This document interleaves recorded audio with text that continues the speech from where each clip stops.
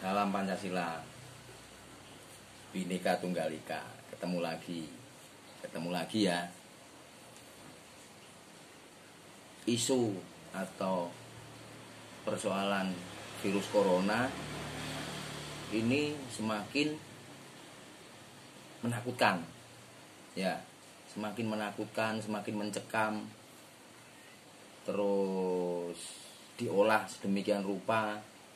Ada lockdown, ada pembatasan ruang gerak, pembatasan kebebasan, bahkan pembatasan beribadah.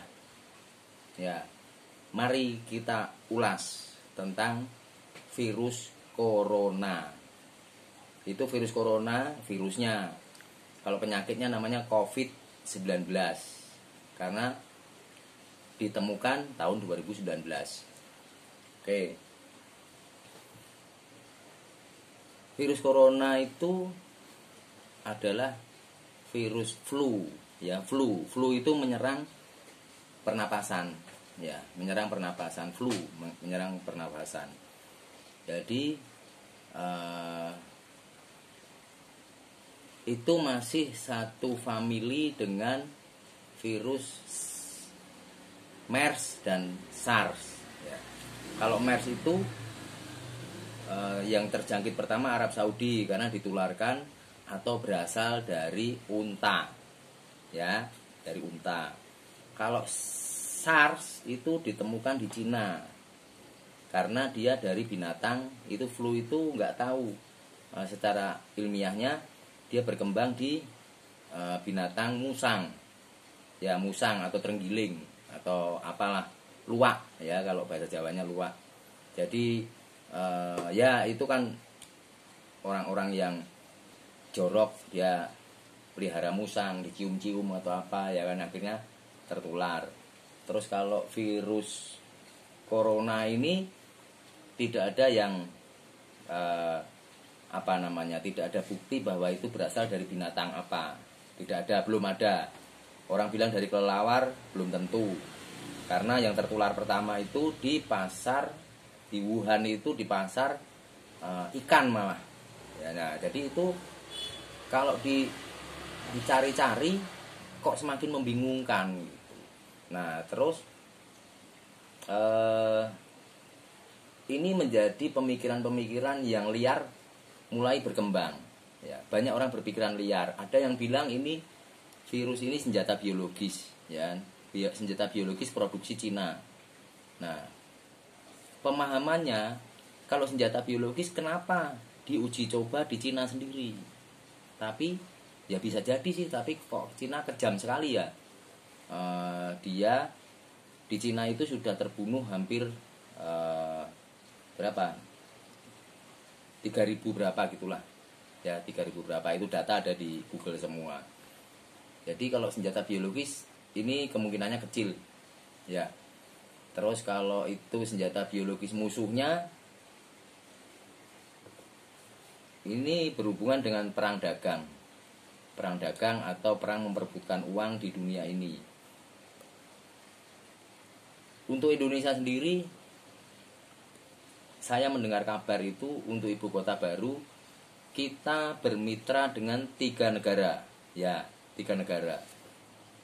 Jepang itu mengelola telekomunikasi, Cina mengelola bangunan atau teknik, Arab Saudi mengelola infrastruktur. Kebalik. Jepang mengelola telekomunikasi, Arab Saudi mengelola bangunan atau teknik, ya. Cina mengelola infrastruktur, artinya pembangunan jalan dan transportasi gitulah, ya. Nah, itu seperti itu. Nah, itu tinggal kita hubungkan aja apakah ini ada kaitan dengan hal itu atau tidak gitu. Tapi kalau dari penelitian para ahli, ini virus ini memang virus alamiah, ya, virus alamiah, seperti virus flu biasa. Tetapi ini karena dia evolusi itu pengembangan berkembang secara ilmiah. Contohnya gini, saya wajahnya kayak gini, tinggi cuma 160-an. Ya, istri saya tingginya sekitar 155. Ya, wajahnya begitu-begitu saja. Tetapi anak-anak kita, 4 orang yang kita lahirkan itu tinggi besar. Ya, tinggi besar, kuat, wajahnya berubah. Ya, itu namanya evolusi. Ya, mungkin kalian juga sama. Anak-anaknya bisa berubah tanpa kita sadari. Katanya pengaruh makanan dan lain-lain lah. Bisa pengaruh alam, bisa pengaruh air. Nah, seperti itu. Jadi virus corona ini adalah evolusi dari virus influenza, virus flu. Sama MERS dan SARS itu juga virus flu. Dia menyerangnya tenggorokan. Nah, kita tinggal tunggu. Ya, tinggal tunggu saja. Kalau ini senjata biologis atau ini diciptakan oleh ilmuwan, kuncinya di mana? Nanti akan muncul vaksin. Ya, vaksin itu dia vaksin itu ramuan kimia yang bisa membasmi atau memusnahkan virus. Contohnya dulu itu ada vaksin cacar. Ya, sekarang kan jarang orang sakit cacar. Kenapa? Karena sudah ditemukan vaksin ramuan kimia yang memusnahkan. Ya. Tetapi kalau kita kembali ke masalah corona tadi adalah family penyebab flu, ya, flu atau influenza, SARS, MERS itu tidak bisa dibasmi, ya, tidak bisa dibasmi, tidak bisa dimusnahkan. Yang ada adalah diobati, ya kan? Jadi diobati pengobatan. Di Cina itu dari 100 berapa puluh ribu yang terinfeksi itu sekarang sudah 60% berhasil diobati. Yang meninggal itu tidak ada 10%.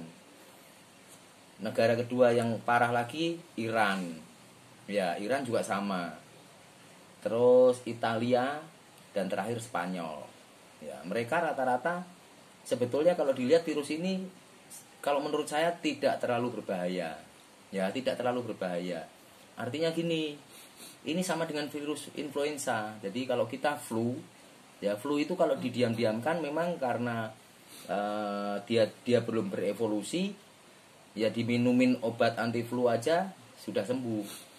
Ya kan? Nah, ini sebetulnya mudah gitu. Kalau para ilmuwan itu tidak mempersulit, tidak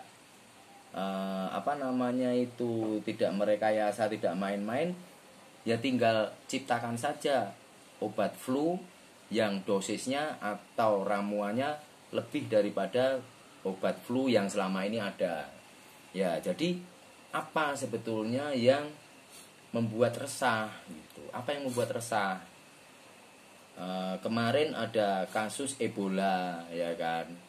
Terus itu kan lenyap begitu saja. SARS, MERS, cacar, campak. Terus terakhir kemarin yang belum ada obatnya lagi adalah yang belum ketemu vaksin dan obatnya itu HIV.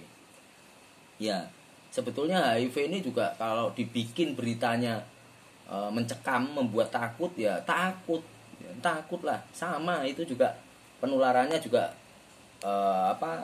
bisa dibikin, kalau disengaja direkayasa juga bisa bikin wabah. Ya kan, itu malah berbahaya. Itu nggak ada vaksinnya, nggak ada obatnya. Kalau corona ini ada obatnya, Cina sudah nemu obatnya, terus Amerika sudah, ya kan. Terus karena mereka rebutan hak paten, akhirnya obat itu nanti dipatenkan untuk salah satu orang atau profesor penemu dari Palestina. Ya, lah di situ timbul lagi pemikiran, apakah memang virus itu diciptakan oleh orang Palestina? Ya kan, ya saya nggak tahu. Kita tidak boleh fitnah, tidak boleh itu suudzon ya. Jadi menyebarkan berita yang baik-baik saja. Jadi kalau menurut saya, kalau kita resah karena virus flu ini, ya, gimana ya, terlalu inilah ya kan. Jadi saya sendiri belum pernah nemu ya tetangga saya kena corona atau apa, baru wali kota. Ya wali kota itu juga karena dia bepergian ke luar negeri, ya kan, mungkin dia nggak hati-hati, ya kan. Terus sekarang dalam rangka pengobatan. Artinya apa persoalannya? Kalau ada orang tinggal rumah sakit itu disediakan ruang khusus isolasi atau pengobatan untuk untuk penyakit COVID-19 ini. Banyak juga kemarin Menteri PU juga tertular. Ya sekarang kabarnya sudah membaik. Artinya kan obatnya ada, tinggal diproduksi massal aja gitu. Terus kenapa sekarang ini dibesar-besarkan, diberita-beritakan sehingga menakutkan? Ya kan, saya tadi juga jalan-jalan ke puncak aja sepi gitu. Kasihan kan orang-orang yang tidak tahu menau dan sebetulnya tidak harus mengalami kesusahan. Penjual-penjual, pedagang-pedagang di pinggir jalan itu sepi semua. Ya, nah kalau kayak gitu didiamkan saja atau justru diperparah, berbahaya gitu. Ya saya sebetulnya mau mengkritik Pak Jokowi sebagai Presiden RI. Ya jadi jangan latah, jangan ikut-ikutan global warning, lockdown dan lain-lain, ya kan, yang mana itu akan melumpuhkan perekonomian kita.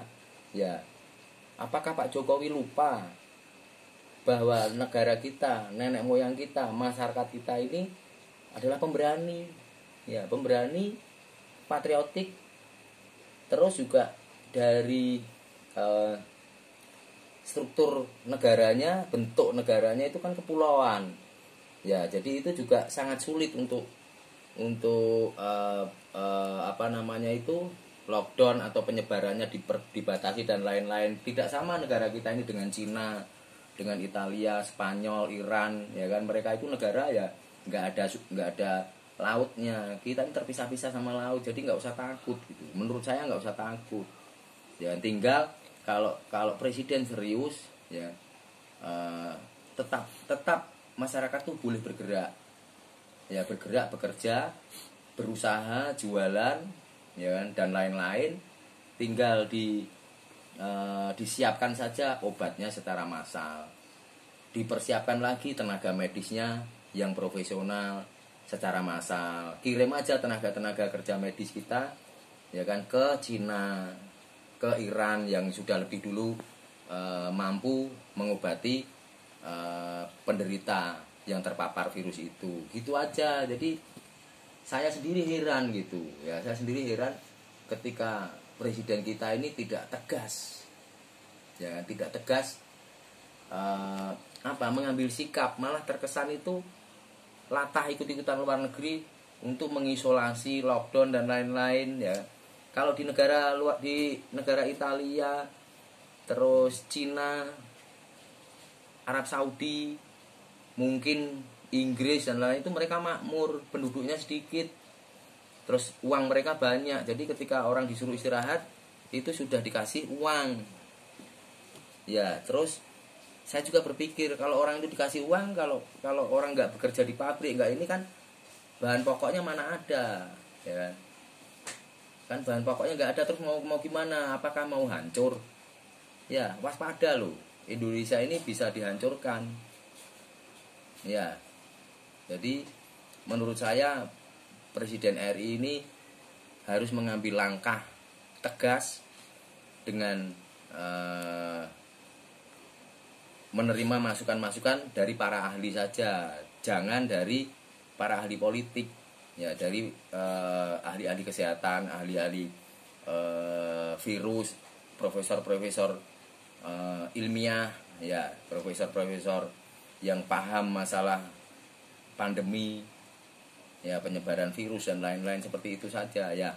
Menurut saya seperti itu. Jadi menurut saya juga nggak usah pada takut ya. Oke, terima kasih. Salam dan tutup Pancasila.